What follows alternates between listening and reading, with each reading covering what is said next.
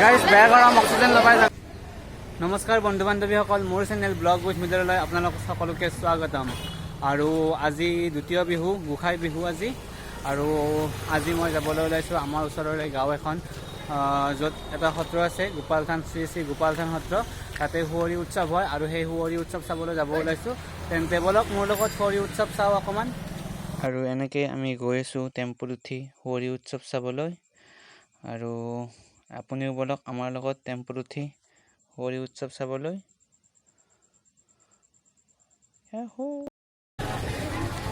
আৰু গাইজ আহি পালোঁ শ্ৰী শ্ৰী গোপালথান সত্ৰ। এয়াই গোপালথান সত্ৰ, আপোনাক দেখা আছে ভিতৰত। মোৰ লগত আহিছে এয়া বা জাৰাণী বা, সৰু দুটা গল্পী দেখিছে আপোনালোকে আগৰ ব্লগত, আৰু তুলু বা আৰু বিকাশ। তো চাই থাকক।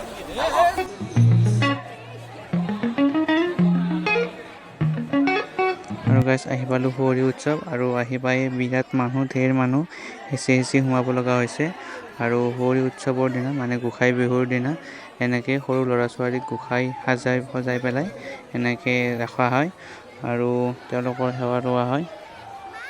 আৰু ইয়াতে মানে দধিমথন চলি আছে, মানে দধিমথন এটা অনুষ্ঠান, এই অনুষ্ঠানটো কৰি আছে ইয়াতে। তো দধিমথন চালোঁ অকণমান, ঢেৰ মানুহ দেখিছে আপোনালোকে, ইমান মানুহ।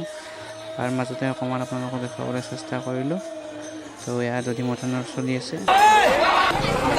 গাইজ মণিহাৰী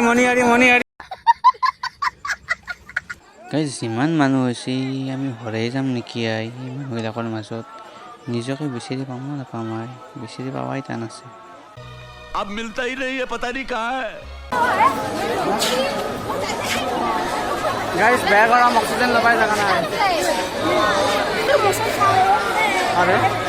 আৰু এইখন গাইজ ফটোৰ দোকান, আপোনালোকে ইয়াৰ পৰাই ফটো নিব পাৰে। সৰু ল'ৰা ছোৱালী, ভগৱান, ঘোঁৰা চৰা চব আছে, ইয়াতে ফটো লৈ যাব পাৰে।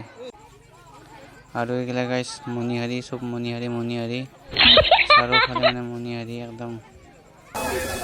গাইজ সুঁৱৰী বুলি তাই কিন্তু।